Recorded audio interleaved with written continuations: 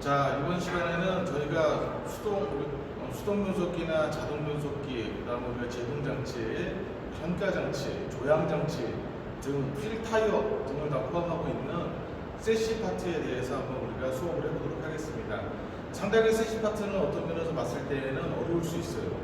구조나 특성이나 종류가 좀 다양하기 때문에 그런 세부적인 부분을 다 할 수는 없지만은 우리가 큰 틀에서 개요 정도는 한번 저랑 같이 학습을 해줬으면 좋겠습니다. 자, 그 중에서도 먼저 우리가 동력 전달 장치라는 부분에 대해서 한번 저랑 같이 수업을 한번 해보도록 할게요. 자, 여기 지금 처음에 보는 것처럼 1번에 동력 전달 형식, 즉 엔진에서 발생되고 있는 회전력을 바퀴까지 전달을 하는데 그 사이에 여러 가지 장치들이 있겠죠. 그러한 동력을 전달하는 방법에 따라서 우리가 자동차를 분류를 합니다. 여러분들도 아마 많이 들어보셨을 것 같아요. 먼저 나와져 있는 게 FF 방식, 그 다음에 FR 방식, RR 방식, 4W 방식. 그래서 가장 대표적인 거 4가지를 써놨는데, 물론 엔진의 위치가 어디 있느냐, 어떤 바퀴를 주로 구동을 시키냐에 따라서 차량들의 특성은 다 달라요. 조향력이 좋아질 수도 있는 거고, 또는 언덕길 같은 데로 올라가는 구동력이나 추진력이 좋아질 수도 있는 거죠. 그런 세부적인 사항은 아니고 큰 틀에서 봤을 때 형식으로 한번 분류해 볼게요.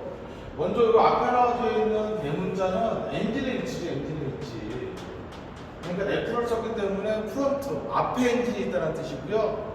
뒤에 나와져 있는 영문의 뜻은 바로 뭐냐면 주 구동바퀴를 나타내는 거예요. 그러니까 프론트 FF 형식은 그럼 뭐냐? 엔진이 앞에 있고 앞바퀴를 주로 구동시키는 방식. 프론트 엔진, 프론트 휠 드라이브 해가지고 보통 우리가 중소형 승용차 등에서 일반적으로 타고 다니는 차량에서 상당히 많은 비율을 차지하고 있는 차량이 바로 FF 형식이 되는 거고요. 그 다음에 우리가 흔히 이제 스포츠카 이런 차량들 같은 경우 또는 SUV, 트럭 이런 경우 같은 경우는 구동력, 회전 속도나 이런 것보다는 오히려 구동력, 추진력 이런 쪽을 좀 강화를 시켜야 되고 성능이 올라가야 되다 보니까는 의도적으로 F8 타입을 조사하고 있죠. 그래서 F8 타입은 프론트 엔진, 리어, 뒤에 있다는 얘기예요. 주구동 바퀴가 리어 휠 드라이브 이렇게 해서 F8 방식들이 있고요. 그 다음에 RR 방식은 바로 뭐냐? 대표적인 게 버스입니다. 시내버스든 옛날에 우리가 버스 혹시 여러분들 세대에서는 안 타봤을 것 같아요. 근데 저만 하더라도 아주 어렸을 때 초등학생 이때만 하더라도 버스를 타고 시골을 가거나 어딜 간다 그러면은 당연히 버스를 탈 때는 앞으로 들어왔어요. 중간으로 나가고 중간문으로. 근데 일부 버스는 우리가 안내해주는 안내하시는 차장 이런 분들도 있긴 했죠. 근데 앞으로 타게 되게 되면은 들어오는 입구와 운전석 사이에 좀 볼록 털어와져 있는 큰, 좀 솟아있는 이런 공간이 있었어요. 왜? 그 안에 엔진이 있기 때문이죠. 그러니까 앞에 엔진이 있었던 방식이죠. 옛날 같은 경우는. 그래서 겨울철이나 이럴 때에는 그 위에 앉으면 엉덩이가 좀 뜨끈뜨끈할 정도로 엔진에 발생하는 열 이런 것들이 느껴지곤 했죠. 근데 지금은 그런 버스 없잖아요. 지금은 일반적인 버스를 타게 되게 되면은 우리 젊은 대학생들 같은 경우는 주로 버스에 뭐 수학여행을 간다거나 MT를 간다거나 그러면은 앞자리에 안 앉으려고 그래요. 좀 노시는 학생 같은 경우는 또 뒷자리에 앉죠. 맨 뒤에. 근데 맨 뒤는 어때요? 높죠? 높다는 얘기는 뭐냐? 그 밑에 엔진이 있다라는 거예요. 엔진. 자, 그래서 현재 주로 사용되고 있는 버스는 뒤에 엔진이 있어요.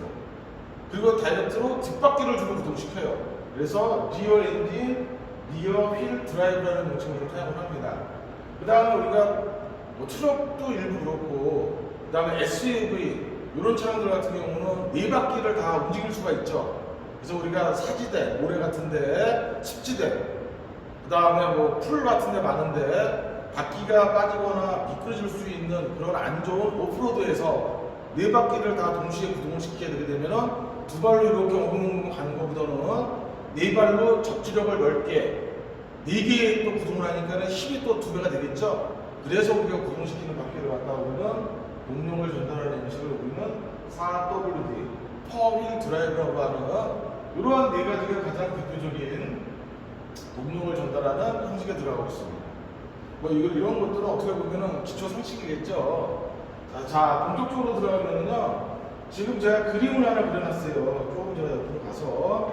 자, 이 그림을 그려놨는데, 여러분이 딱 보시기에, 아, 이게 뭐야? 라고 하실 수 있겠지만은, 여기 지금 보이는 거는 4개의 그림상으로 4개의 실린더예요. 4개의 실린더에 피스톤이 들어가 있는, 여기에 이제 피스톤이 들어가 있겠죠. 이렇게. 실린더 안에.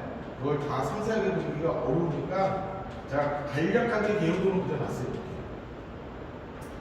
4실린더 엔진인 경우에는 엔진에서 발생하는 그 엔진 파트에서 우리가 배워야 되는 거니까 폭발에서 발생되는 회전력이 여기에 발생이 되겠지. 이렇게 이런 회전력을 마지막에 전달하는 장치가 뭐가 있다고 그랬죠? 우리 엔진 파트에서 플라이휠이라는 게 있어요. 요 플라이휠에 맞물리지 않으면 힘을 못 받는 거고, 서로 간에 딱 붙어서 맞물리면 엔진의 회전력을 그대로 전달받을 수 있겠죠.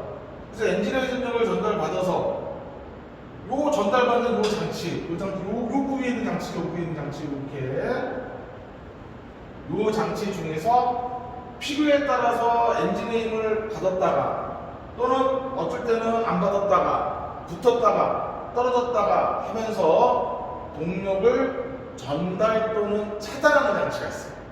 그 장치를 갖다 우리는 뭐라고 그러냐? 공통 용어예요. 클러치라는 명칭을 쓰면 돼요. 자, 뭐가 있더라? 엔진에서부터 변속기 사이에는 반드시 뭐가 들어간다? 자, 여기 딱 이렇게 하고요. 클러치가 들어간다는 거예요. 자, 그러면 클러치가 하는 역할은 뭡니까? 힘, 에너지, 또 자동차 엔진에서는 회전력, 이러한 동력을 전달할 수도 있고 차단할 수도 있는 장치 일체를 우리는 클러치라는 용어를 사용하시면 돼요.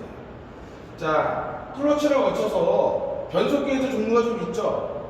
뭐 어떤 변속기든 간에 변속기로 엔진의 회전력이 전달이 되는데, 변속기는 그러면 어떤 역할을 하는 거냐? 엔진의 회전력을 더 올릴 수도 있고 반대로 회전력을 더 낮출 수도 있고, 여기에 남아져 있는 회전력이라는 뜻이 뭐죠? 회전력?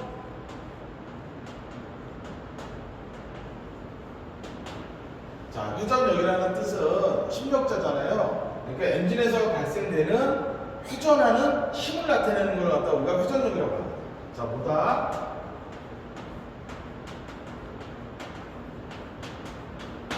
토크라는 이름으로 사용할 수 있죠. 토크를. 자, 그러면 이 힘의 단위는 우리가 주로 뭐로 쓰느냐? 보통 우리가 중량 단위인 킬로그램 중 곱하기 얼마만큼 갈 수 있느냐? 그 식으로 곱하기 메다, 요 단위를 갖다 우리는 토크라고 얘기하는 겁니다. 근데 여기 나와져 있는 요 곱하기를 우리가 일반적으로 요 곱하기 기호를 사용을 하느냐? 그렇진 않아요. 하이픈과 같은 기호로 대체해서 사용을 하죠. 요거랑 이제 같은 뜻으로 되어 있는 게 뭐냐? 이렇게 하이픈을 쓸 수도 있고, 또는 이렇게 점과 같은 어퍼스트로 같은 거를 사용할 수도 있고. 근데 양쪽에 곱하기라는 뜻은 앞에 있는 거를 뒤로 바꿔도 값은 똑같죠. 그러니까 일부 책에 따라서는 요 킬로그램 중하고 메다를 바꿔서 쓰는 경우도 있다. 즉 메다, 킬로그램 중 다 같은 의미예요. 자, 이거는 무슨 의미다? 토크, 힘의 단위를 나타내는 단위죠. 자, 그래서 변속기는, 클러치는 동력의 전달 및 차단을 하는 장치요. 운전자가 클러치를 조작하려고 하면은 자동차 동력 전달 장치에서는 자동으로 요즘 쓰는 일부도 있지만은 보편적으로 봤을 때에는 운전자가 조작을 해야 돼요. 그러다 보니까는 페달이 하나 더 있는 거예요. 수동 변속기 차량은 클러치 페달이라고. 밟으면 떨어지는 거고, 엔진하고 안 밟고 있으면은 엔진하고 붙어 있는 거예요. 힘이 전달이 되는 거죠. 그러다 보니까는 클러치 조작을 얼마만큼 잘하느냐에 따라서 능숙한 운전자다, 초보자다, 이게 구별이 갈 수 있어요. 기본적으로. 그 다음에 클러치를 거쳐서 변속기가 있는데, 이 변속기는 종류에 따라서 다양한 종류가 있지만은 하는 역할은 크게 봤을 때 엔진에서 발생되는 힘을 올릴 수도 있는 거고 힘을 떨어뜨릴 수도 있죠. 힘을 올리면은 당연히 속도는 빨라져야 되나요? 적어져야 되나요? 속도. 그래서 우리는 다른 말로도 회전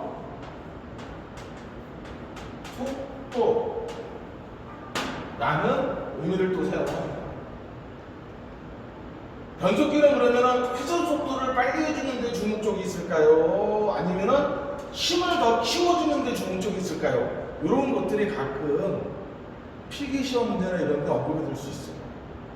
변속기는 회전력을 키우는 목적이다. 아니다. 회전 속도를 키우는 목적이다. 여러분 생각은? 네. 회전력입니다. 회전력을 올리면은 결국은 속도는 높아지는 것이 아니라 속도는 낮아져요. 그러니까 변속기를 거쳐서 회전력이 지나갈 때에는 엔진에서 발생되는 회전력보다는 커지는 거죠. 왜? 엔진이 최대 토크라고 하더라도 보통 수용차가 1톤, 화물차 트럭 몇십 톤 지면에 밀착되고 있죠. 지면에 밀착된 상태에서 엔진이 시동이 걸려서 최대 토크가 나온다고 하더라도 마찰되어 있는 마찰력이라고 하는 힘이 훨씬 더 커요. 그러다 보니까 엔진 가지고는 바퀴를 움직일 수가 없는 거예요. 그러니까 어떻게 해주는 거예요? 엔진에서 발생되는 힘을 키워야죠. 그 키우는 주목적을 가지고 있는 게 바로 뭐다? 변속기입니다. 회전력을 증대시키는 목적이에요. 꼭 기억하셔야 돼요. 자, 변속기를 거쳐서 앞에 엔진이 있죠. FR 형식이니까 앞에 엔진과 변속기는 붙어져 있지만은 주로 구동시키는 바퀴가 어디라고 그랬어요? 뒷바퀴예요, 뒷바퀴. 그래서 FR이에요. 그러면 앞에서부터 뒤까지 이 회전하는 회전력을 전달을 시켜주는 장치가 들어간다. 이 전달을 시켜주는 장치 일체를 우리는 뭐라고 얘기하냐면은 싸잡아서 드라이브 라인이라는 표현을 씁니다.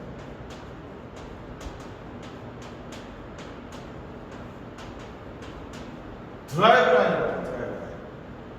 기억하시죠? 자, 그 다음에 드라이브 라인을 거쳐서 차가 길면은 드라이브 라인의 마디도 많아지는 거고, 차가 다마스 같은 차량처럼 짧은 마디면은 마디 하나 정도는 상에도 충분히 전달할 수 있고, 그래서 드라이브 라인은 차의 전장에 따라서 두 마디냐, 세 마디냐, 마디 하나냐 차이가 날 수 있어요. 그러나 이거 일체를 갖다 우리는 다 드라이브 라인의 표현을 쓰는 거고, 드라이브 라인을 거쳐서 보면 이게 기어죠, 기어. 기어예요. 요 기어를 갖다 우리는 뭐라고 얘기하느냐? 추진축 피니언 기어라고 합니다. 우리 기관 파트나 전기 파트에서 피니언 기어가 하는 역할, 피니언 기어가 있으면 반드시 맞물리는 기어가 있다고 그랬죠? 그게 무슨 기어라고 그랬어요? 링 기어라고 그랬어요. 링 기어. 그러면 이 피니언 기어랑 맞물리는 큰 기어는 링 기어예요. 링 기어. 그럼 피니언은 어떤 목적이라고 그랬어요? 주는 쪽. 링 기어는 받는 쪽 기어라고 했습니다. 두 개가 같이 맞물려서 회전을 하는데 하나는 힘을 주는 쪽, 한쪽 기어는 힘을 받아서 회전하는 쪽이에요. 자, 그러면은 한번 보세요. 변속기도 속도를 줄인다, 회전 속도를 줄인다. 이걸 우리는 한자로 감속시킨다라고 얘기하는 거예요. 감속. 감속시켜서 키웠어요. 근데 여기 잘 보면은 그림을 작은 기어가 또 작은 피니언 기어가 큰 링 기어랑 맞물렸네요. 그럼 속도가 어떻게 되겠어요? 적어지죠? 그럼 뭐가 증대가 될까요? 지렛대 원리처럼 당연히 힘이 증대가 돼요. 작은 기어가 큰 기어를 돌리기 때문에 속도는 줄이고 힘 키워주죠. 그리고 자동차에서 동력을 전달하는 요소 중에서 맨 마지막에 있는 거예요. 파이널 기어라고도 얘기하지만 우리는 흔히 끝이다. 속도를 줄인다. 감속장. 요 두 개를 합쳐서 우리는 종감속 기어라는 표현을 쓸 수 있는 겁니다. 그리고 요 종감속 링기어 케이스 안에는 이렇게 케이스로 되어 있어요. 금속 기어가 4개가 들어가 있어요. 4개가. 두 개 마주보고 두 개 마주보죠. 요 네 개의 기어를 합쳐서 우리는 잘 안 보이니까 빨간색으로 차동 장치라는 표현을 사용합니다. 차동 장치. 그 다음 표현을 써요, 기본적으로. 그래서 요 차동 장치는 뭐냐? 동력을 차이나게, 동력을 차등적으로 분배를 해주는 장치. 그 동력을 차등적으로 분배를 하기 위해서는 왜 필요하냐? 이게 직진을 할 때에는 왼쪽 바퀴든 오른쪽 바퀴든 왼쪽 바퀴든 같아야 되죠. 회전 속도가 같아야 똑바로 차가갈 수 있죠. 근데 선회한다라고 얘기합니다. 코너를 돌거나 선회할 때에는 좌우 바퀴의 회전수가 같으면 절대로 선회할 수가 없어요. 안쪽 바퀴는 적게 회전해야 되고 바깥쪽 바퀴는 그 양에 비례해서 반비례해서 많이 회전해야 돼요. 그래야지만 차가 선회를 한다 그러면 똑바로 이렇게 안전하게 코너를 돌 수 있는 거예요. 안쪽 바퀴는 적게 회전하고 그만큼 얘가 적게 회전하는 양만큼 바깥쪽 바퀴는 많이 회전해야 돼요. 그래야지 우리는 코너를 돌 수 있는 거예요. 그거를 해주는 장치, 좌우로 동력을 나눠주는 장치, 이게 바로 차동 장치죠. 쉽죠? 디플런션 기어라고도 얘기합니다. 그리고 차동 장치에 빨간색으로 불려져 있는 축이 있어요. 축, 샤프트. 이 샤프트를 갖다 우리는 엑셀축이라는 표현을 씁니다.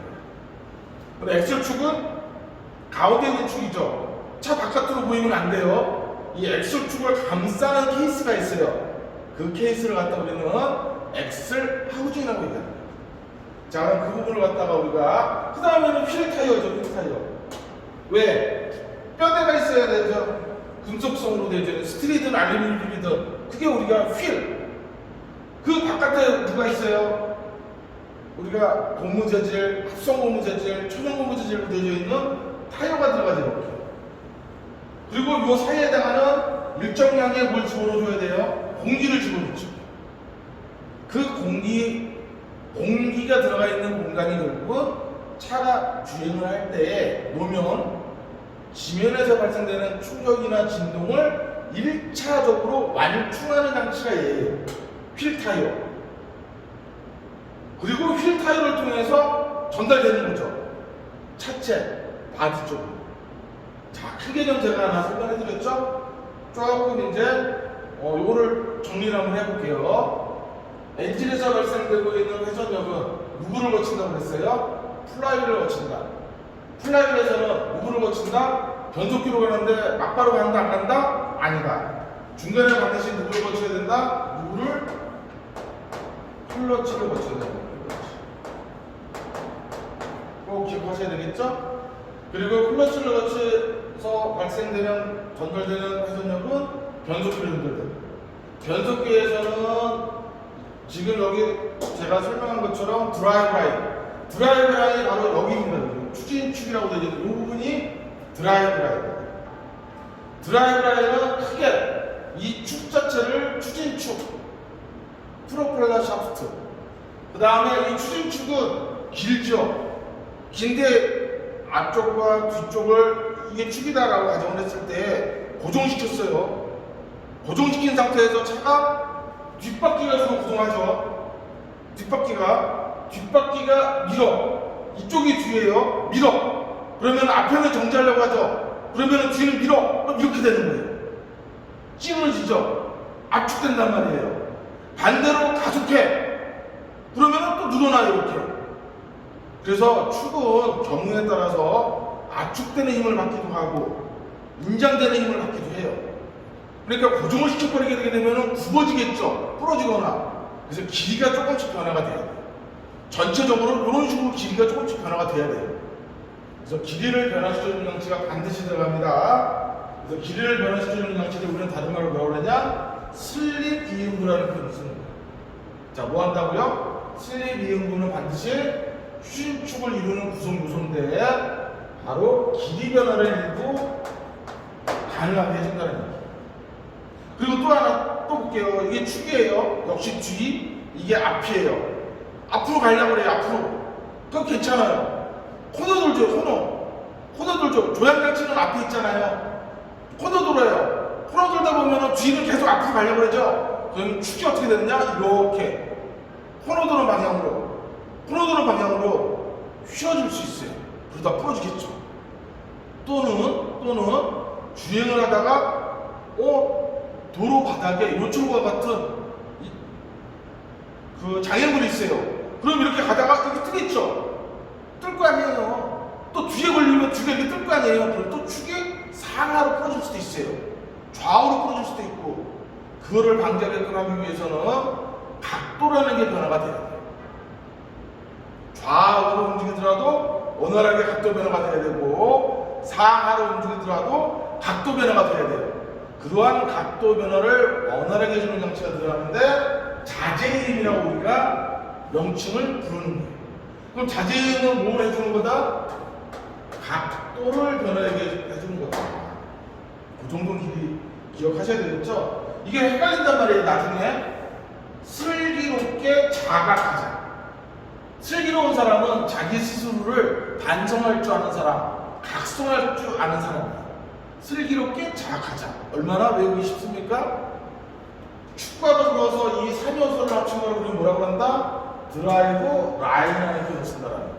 기억해 주시고요. 그 다음에 누구를 고친다고 했어요? 추진축, 피니언기어와 얘가 그건 뭐냐? 종강속의 링기어가 되는 거예요.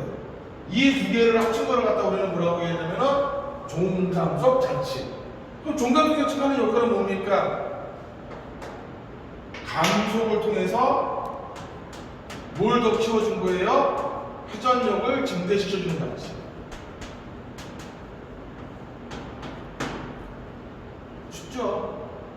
그래서 우리가 추진축 피니언을 축에서 전달되기 때문에 구동 피니언이라는 표현을 쓸 수 있습니다. 그래서 감속비는 구동 피니언분의 피니언 기어 이빨 개수 이수분의 종감속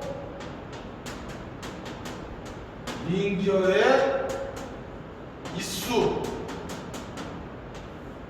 요 공식으로 성립될 수 있습니다. 그러면 링기어 이수와 종감속 기어를 나눴어요. 정수가 떨어져요. 그러면은 그 정수 비율만큼 같은 기어가 계속 맞물려서 시작될 수 있다는 얘기예요. 그래서 소수점으로 나누어지지 않는 비율로 설계를 꼭 해야 됩니다. 그래야 주기적으로 같은 이빨이 부딪혀서 같은 이빨이 부딪힌다는 얘기는 같은 이빨이 계속 파손이 되면은 지속적으로 파손이 될 수 있죠. 그런 것들을 방지하려는 장치. 그 다음에 차동장치가 있다고 얘기했어요. 차동장치. 차동장치는 총 4개의 기어를 갖고 있다고 그랬죠. 이쪽 면으로 되어 있는 이 2개의 기어. 차동 피니언 기어. 그리고 차동 피니언 기어는 축으로 고정시켜 놓습니다. 공정만 할 수 있게, 자전만 할 수 있게. 그 다음에 엑셀 축하과 연결되어 있는 기어는 차동 사이드 기어예요. 차동 사이드 기어와 같은 방향으로 설계되어 있는 것은 종감속 링 기어예요. 다시 한번 엑셀 축하고 연결되어 있는 것은 차동 사이드 기어. 차동 사이드 기어와 같은 방향으로 설치되어 있는 것은 종감속 링 기어. 이것도 시험 문제에 가끔 언급을 할 수 있어요. 차동 장치가 하는 역할은 좌우 각도의 동력의 차이를 준다. 그래서 원활한 회전이 되게 한다. 그러면 그 원리는 뭐냐? 그것까지는 아셔야 돼요. 바로 차동 장치가 가능하게끔 해주는 원리가 있는데 그 원리가 바로 렉크의 원리. 줄여서 그냥 렉이라고 해도 되고요. 렉크와 피니언 원리 라고도 하는 경우도 있습니다. 렉크의 작용, 렉크의 원리. 그 정도는 여러분이 같이 알고 있어야 되고요. 그 다음에 연결되는 게 뭐가 있습니까? 축이에요. 금속으로 되어 있는 엑셀축. 교수님, 엑셀축을 어떻게 연결합니까? 어떻게 축과 축끼리는 어떻게 동력을 전달합니까? 바로 세레이션이라는 용어와 스플라인이라는 용어를 기억하셔야 돼요. 한쪽의 축을 이렇게 만들어서 여기다가 기어 모양의 선으로 이렇게 소관을 만들어 놓은 거예요. 축에서 또 한쪽의 축은 요 사이에 들어가게 하는 축이지만 이렇게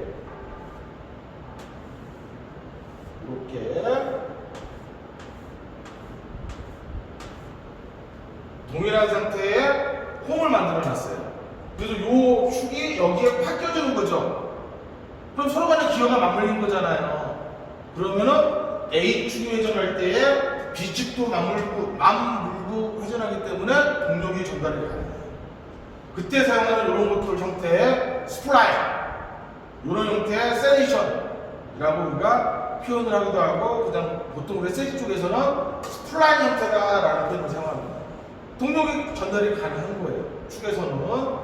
자, 그래서 엑셀축도 이러한 형태예요. 그래서 이러한 형태로 한쪽에는 사이드 기어 꽂혀져 있다. 기억해 주시고요. 엑셀축 한쪽은 당연히 휠 타이어 쪽으로 연결이 돼가지고 최종적으로 동력을 전달하는 개념을 가지고 있다.